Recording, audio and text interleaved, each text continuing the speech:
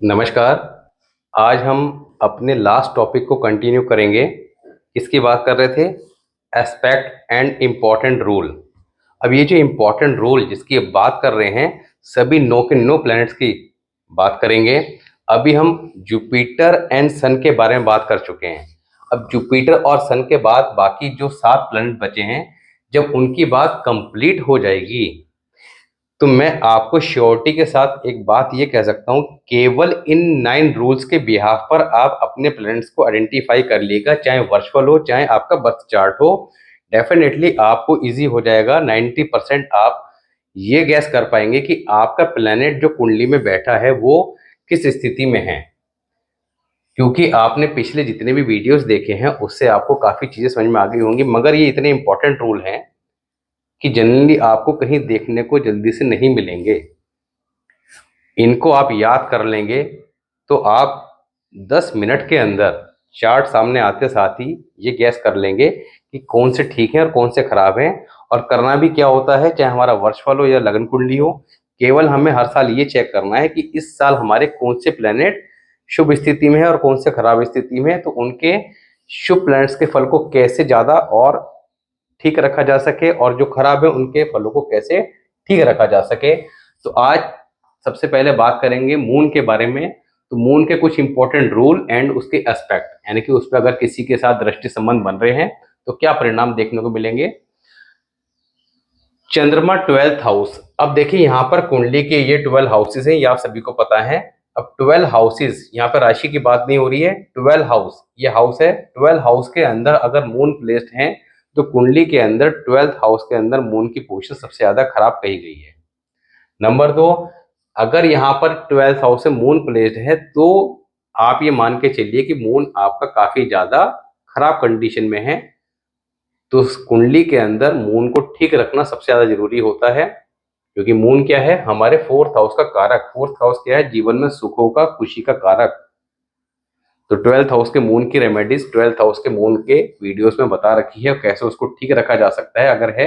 मगर अगर ये प्लेसमेंट वर्षफल में आ रहा है तो इस साल यानी कि हेल्थ इशू, पैसे की दिक्कत, थोड़ा सा मन में टेंशन, स्ट्रेस ज्यादा देखने को मिलेगा।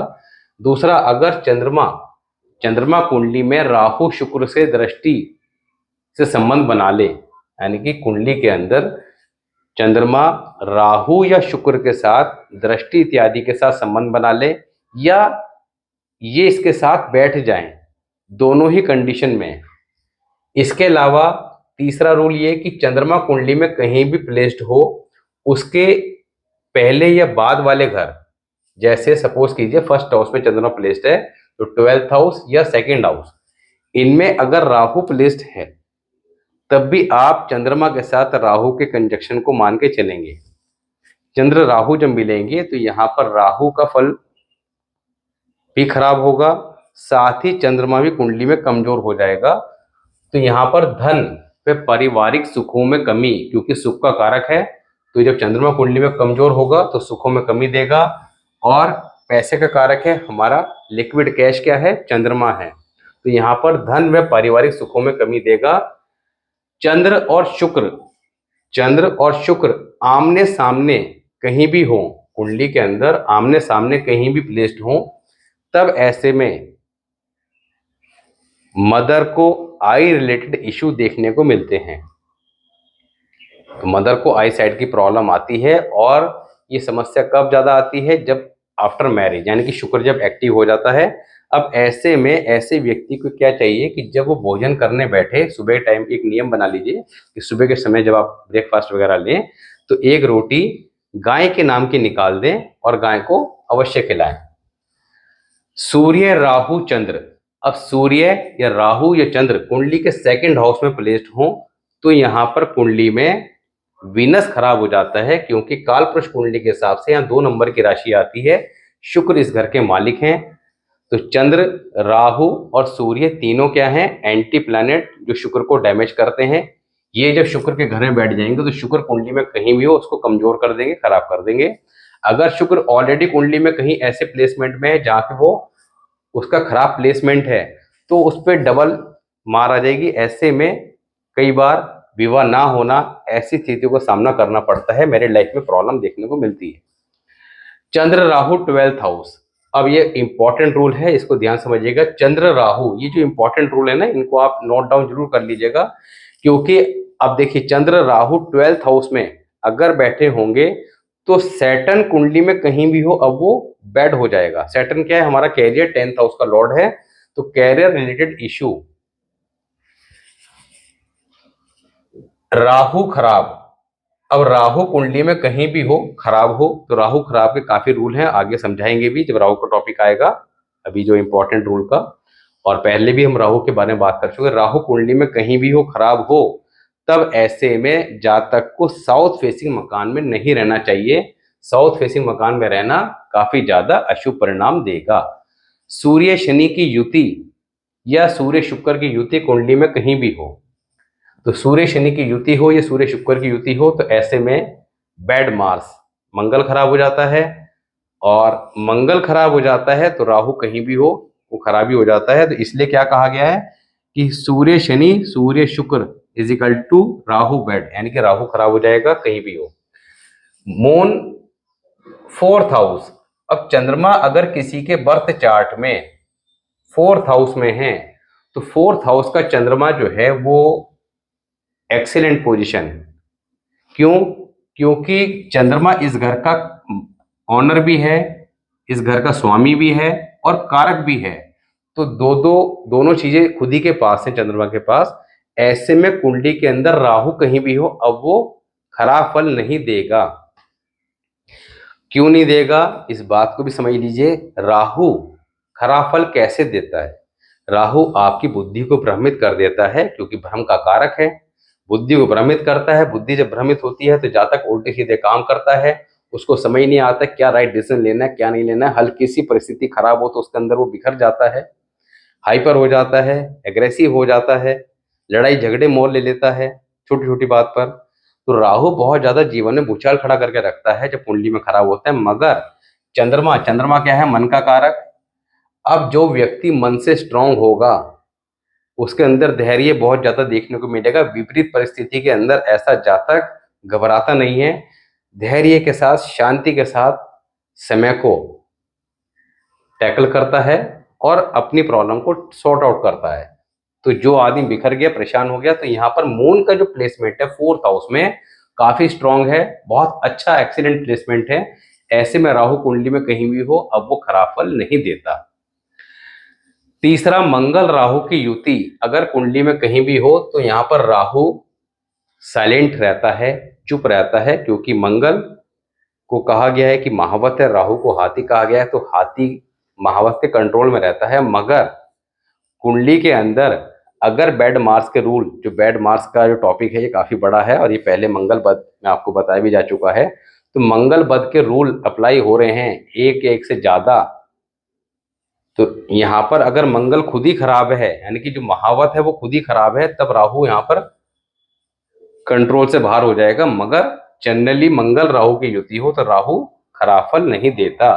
सूर्य शुक्र मंगल 12th हाउस, सूर्य शुक्र मंगल इन तीनों में से कोई भी अगर 12th हाउस में हो तो राहु खराब स्थिति में जाता है।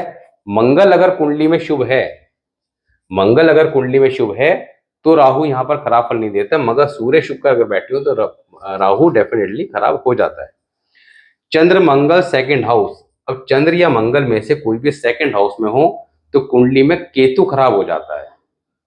अब केतु क्यों खराब हो जाएगा? यहाँ पर जब चंद्र बैठ जाएंगे तो आपका शुक्र को डायरेक्ट करेंगे, और शुक्र के जो मसनही प्लैनेट है वो केतु है, तो ये अलग कॉन्सेप्ट है। मगर आप शॉर्टकट में ये समझिए कि चंद्र या केतु अगर यहाँ बैठे हैं तो कुंडली में केतु खराब हो जाएगा। Moon 1st house and Venus 7th house. अब मून जब 1st हाउस में होगा, चंद्रमा 1st हाउस से 7th हाउस के शुक्र पर जब दृष्टि डालेगा तो यहाँ पर शुक्र के फल को डैमेज कर देगा।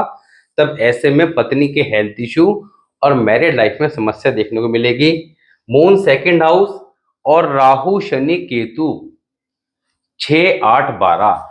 मून 2nd हाउस बहुत अच्छा प्लेसमेंट है, मगर 6, 8, 12वें घर में इसके एनिमी प्लैनेट शनि राहु केतु, इनमें से अगर कोई भी प्लेस्ड है तो मदर के हेल्थ इश्यू। अब मून कुंडली के अंदर 2nd हाउस का जो उच्च की स्थिति में दिखाई दे रहा है उसके अशुभ परिणाम आएंगे तो यहाँ पर मदर के health issue, moon third house और केतु कुंडली के 11th हाउस में हो तो ये कॉम्बिनेशन के समय भी मदर के हेल्थ इश्यू देखने को मिलेंगे।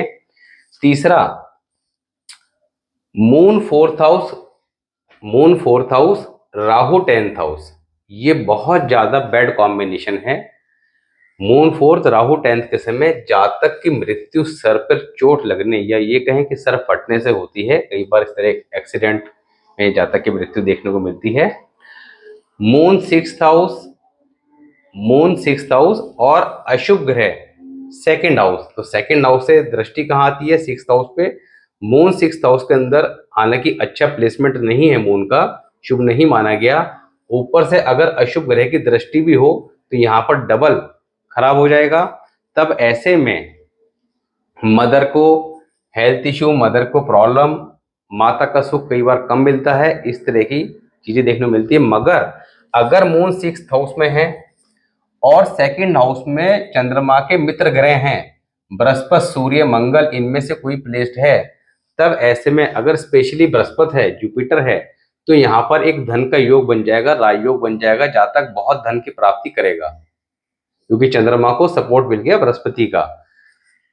तो इनके मित्र ग्रह हैं तो अच्छा है। अब इसी तरह अगर मरकरी सेकंड हाउस में है, चंद्रमा सिक्स्थ हाउस में, तो मरकरी सेकंड हाउस से जब एस्पेक्ट डालेगा मून पर, तब ऐसे में ऐसा जातक सुसाइड अटेम्प्ट कर सकता है, ये कहें सुसाइड कर सकता है, क्योंकि मरकरी यहां पर मून को काफी ज्यादा डैमेज कर देगा और ऐसा जातक को आप देखेंगे खुश नहीं रहेगा, डिप्रेशन में रहेगा, मेंटल स्ट्रेस बहुत ज्यादा रहेगा, तो ये स्थिति बनती है।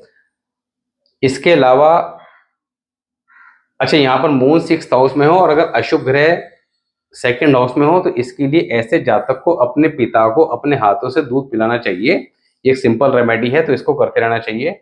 मून 8th हाउस और 12th हाउस में सैटर्न, राहु, केतु, अब 8वें घर में मून, 12th हाउस पे राहु, सैटर्न, केतु, ये कॉम्बिनेशन हो, तब ऐसे में आई साइड रिलेटेड इश्यू यानी कि आंखों की समस्या जातक को देखने को मिलेगी। Moon 8th house Jupiter, Rahu, Ketu, ये अगर सेकंड हाउस में हो तो जातक अपनी मूर्खता के कारण बर्बाद होता है। मून, ये तो बात कर ली हमने। मून सिक्स्थ हाउस और मरकरी 8th हाउस, मून 6 और मरकरी 8th हाउस में हो तो यहां पर ये अल्पायु योग कुंडली में बन जाता है। मून 7th हाउस और लगन में शनि, राहु, केतु, इसके एनिमी प्लैनेट, तो यहाँ से एनिमी प्लैनेट का एस्पेक्ट कहाँ आएगा? 7th हाउस में। तो बचपन कष्ट में बीतता है और पैसे की समस्या भी जातक को बनी रहती है, साथ ही जातक की जो मदर है उसकी वाइफ के साथ नहीं बनती, मदर के हेल्थ इश्यू, तो इस तरह की समस्या आती है। मून 9th हाउस, थर्ड या 5th हाउस। अब देखिए यहाँ पर आपको बताया था कि थर्ड हाउस या 5th हाउस से दृष्टि कहाँ जाती है? 9th हाउस पे, और थर्ड हाउस से जाती है 11th हाउस पे, यानी कि थर्ड हाउस से 11 पे भी जाएगी, 9 पे भी जाएगी। तो मून 9th हाउस में हो, थर्ड हाउस या 5th हाउस में चंद्र के मित्र ग्रह यानी कि सूर्य, चंद्र, मंगल, इनमें से सूर्य, बृहस्पति, मंगल, इनमें से अगर कोई है तो निर्धन के घर जन्म लेकर धनवान बनता है। तो ऐसा जातक निर्धन के घर जन्म लेकर धनवान बनता है, यानी कि एक धनपति बनने का योग कुंडली में बना होगा। Venus third house and moon 9th house, Venus third house, moon 9th house, तो यहाँ पर विनस की दृष्टि कहाँ जाएगी? 9th हाउस के मून पर। तो विनस जब भी अपने शत्रु ग्रह पर दृष्टि डालेगा तो उसके फलों को बर्बाद कर देगा, खराब करेगा।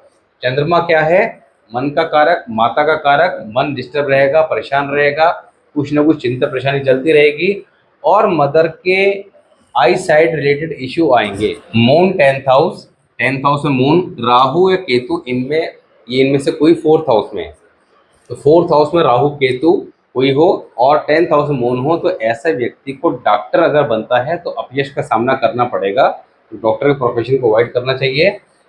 Moon 11th house, Ketu 3rd house. Moon 11 Ketu 3rd, संतान की पैदाइश में दिक्कत विघ्न आते हैं। सैटर्न 3rd मून 11, ऐसे में मदर को हेल्थ रिलेटेड इशू, मदर के आई साइड में इशू, इस तरह की समस्या देखने मिलती है। संतान को लेकर भी इशू आते हैं, क्योंकि मून जब 11th हाउस में आ जाएंगे तो केतु कहीं भी कुंडली में डैमेज हो जाएगा।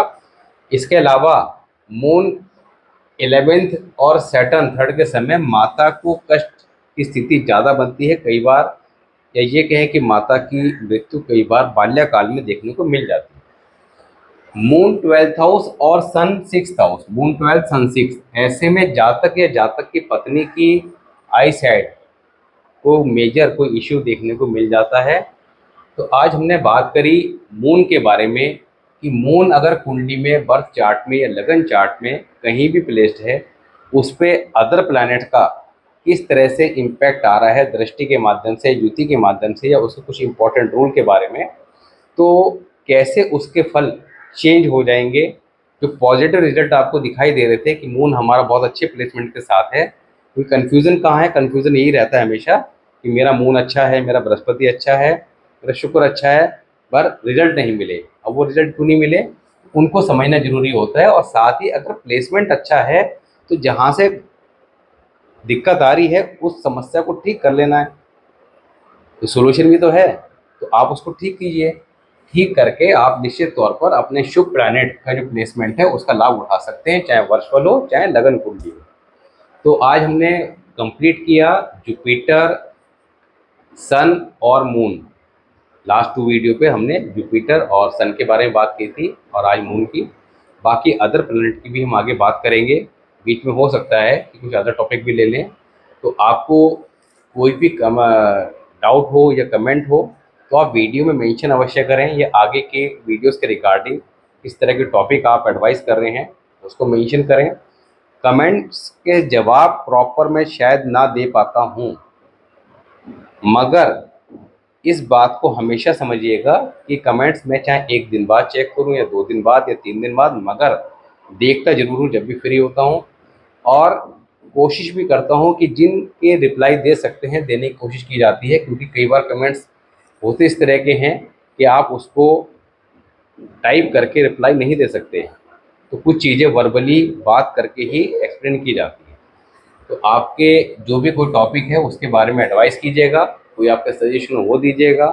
और अगर आपको जानकारी अच्छी लग रही हो लोगों तक शेयर कीजिएगा, जिससे कि सभी लोग एस्ट्रोलॉजी की गहराई को समझ सकें, इसका लाभ उठा सकें, चीज़ों को ठीक कर सकें।